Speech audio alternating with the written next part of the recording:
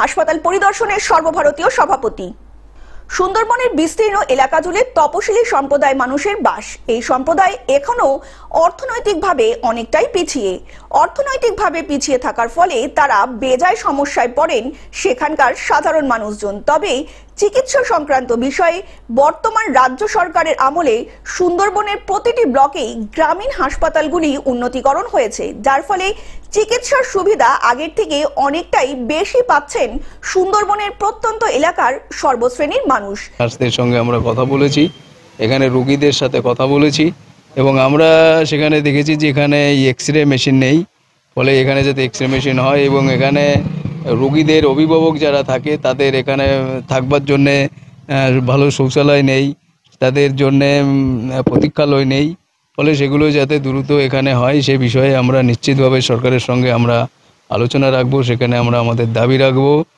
বিশেষ করে তপশিলি শ্রেণীরা সুন্দরবনের সন্দেশখালী গ্রামীণ হাসপাতালকে আধুনিকরণ করতে পরিষেবা বাড়াতেই 8 কোটি টাকা বরাদ্দ করেছে রাজ্য সরকার। এই বরাদ্দ অর্থে একদিকে যেমন বেডের সংখ্যা বাড়ানো হয়েছে, অন্যদিকে গর্ভবতী মায়েদের লেবার ওয়ার্ডেরও ব্যবস্থা করা হয়েছে। এই হাসপাতালগুলিতে যাতে পরিষেবা বাড়ানো তথা আধুনিকরণ করা যায় সেই বিষয়ে খতিয়ে দেখতেই হাসপাতালে এসেছিলেন তপশিলি ফেডারেশনের সর্বভারতীয় সভাপতি মৃত্যুঞ্জয় মল্লিক।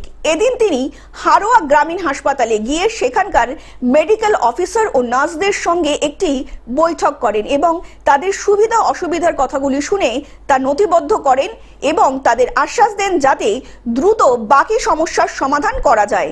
হাসপাতাল পরিদর্শনে মৃত্যুঞ্জয় মল্লিকের সঙ্গে উপস্থিত ছিলেন তপশিলি ফেডারেশনের রাজ্য সাধারণ সম্পাদক আখের আলী বৈদ্য, তপশিলি ফেডারেশনের বসিরহাট সাংগঠনিক জেলা মহিলা সেলের সভাপতি তপবতী মণ্ডল।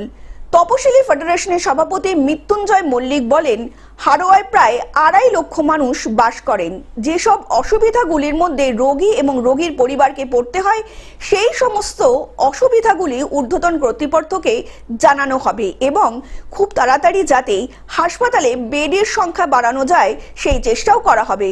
তপশিলি ফেডারেশনের সাধারণ সম্পাদক আখের আলী বৈদ্য আরও জানান, আমরা চাই দ্রুত হারোয়া গ্রামীণ হাসপাতাল আরও উন্নত হোক।